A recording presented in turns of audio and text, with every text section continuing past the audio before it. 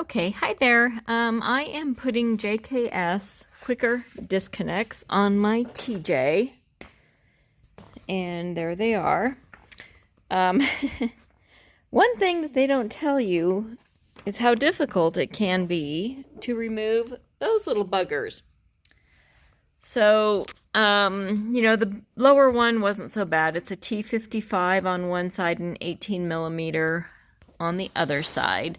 The top one that connects to the top of the sway bar is a 15 millimeter nut. However, it is tapered at the ends and it is pressed into that hole in the top of the sway bar. It was extremely difficult to get out, and we finally went to O'Reilly's and rented, and I put that in quotes because they actually reimburse you for your rental fee. So essentially they just loan it to you for free, which is really nice. It ended up being a tie rod removal tool, but what I was going after was called a ball joint removal tool, but it worked.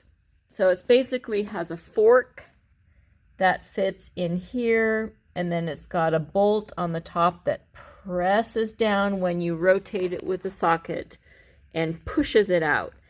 And it will push it out with a slight bit of force. So we did drape a towel over this part, kind of like a winch blanket, so it wouldn't go too far. I didn't know what to expect.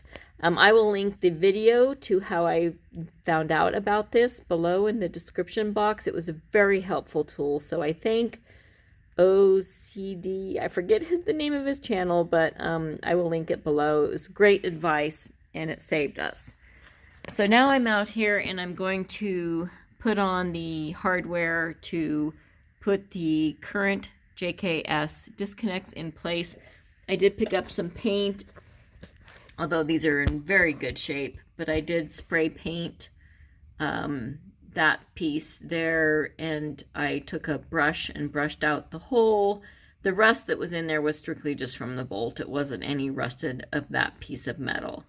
But I like to make things good when I can, so that's what I did. Okay, for the TJ, you don't use the washer that they supply. They specifically say that's just for the XJ and the ZJ. You just use the nylock nut and the bolt that has a 6 millimeter Allen key on the other side, and it says to torque that down to 40 foot-pounds, which is what I'm going to do now. Okay, that one is torqued down to 40 foot-pounds with my torque wrench. And that is a 17 millimeter socket that you're using there. And I'm not sure if you can see it, but you probably can. The inboard side is threaded. So this side of this bracket is threaded. So you want to make sure the inboard side is the threaded side. Okay, now I have the driver's side done. So both upper portions on the driver and passenger side are on. Okay, I'm about to put the lower portion on. Whoops. There it is. And I'm using I believe it's a 4 millimeter Allen key to put in there to hold it so that when I tighten the nylock nut down, you want it facing like that so that when you put your pin in, it'll be facing you. So I'm going to leave that there. And it's a 1/2 inch nylock nut they give you, and they say to put a drop of oil or anti-seize on it on the threads before you tighten down the nylock nut. And I happen to have some anti-seize. I also have tons of lubricating oil, but I'm going to use the anti-seize since I have it, and that's what I'm going to put on the nylock nut. Okay, I've gotten that mostly tightened down. I end up using a 19 millimeter socket. It says a 1/2 inch lock nut, but that's what I had that worked, and it works fine. And this they say to torque down to 65 foot-pounds, so that's what I'm going to do now. All right, got that torqued down to the 65 foot-pounds.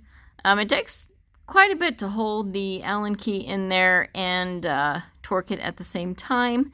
Maybe slightly downward, but it will still be totally reachable.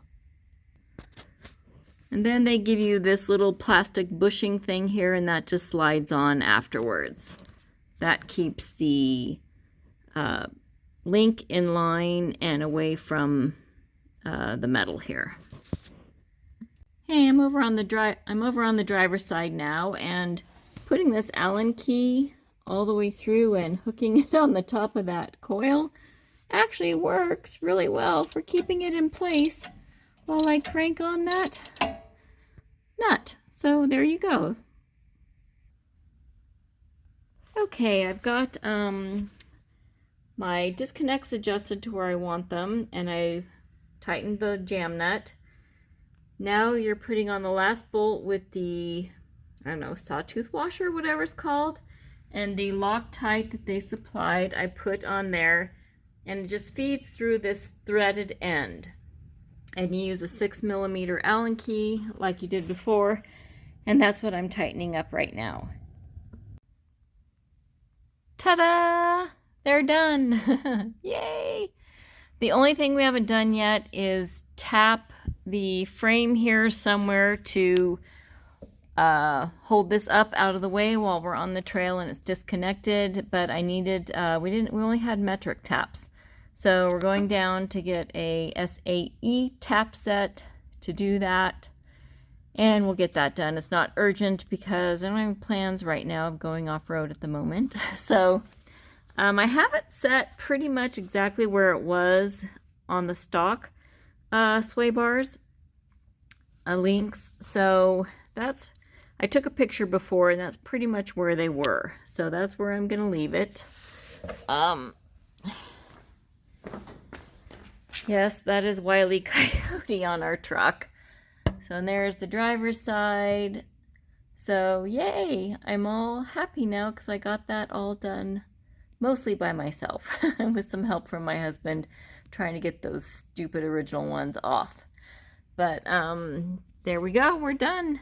JKS Disconnects on my TJ. I took this off mostly just to see what it looked like under here. I didn't know this kind of thing was right there. And I used my Cerakote trim restorer on it. And it looks much nicer. I'm going to go ahead and put that back on now. Oh yeah, and I think Wednesday or Thursday this week our lift is coming. So we're very excited about that. And that's going to get installed right over here in between the truck and the TJ and the CJ. So that's where that's going to be. And then I can start doing some other stuff to this Jeep. Signing out. Bye.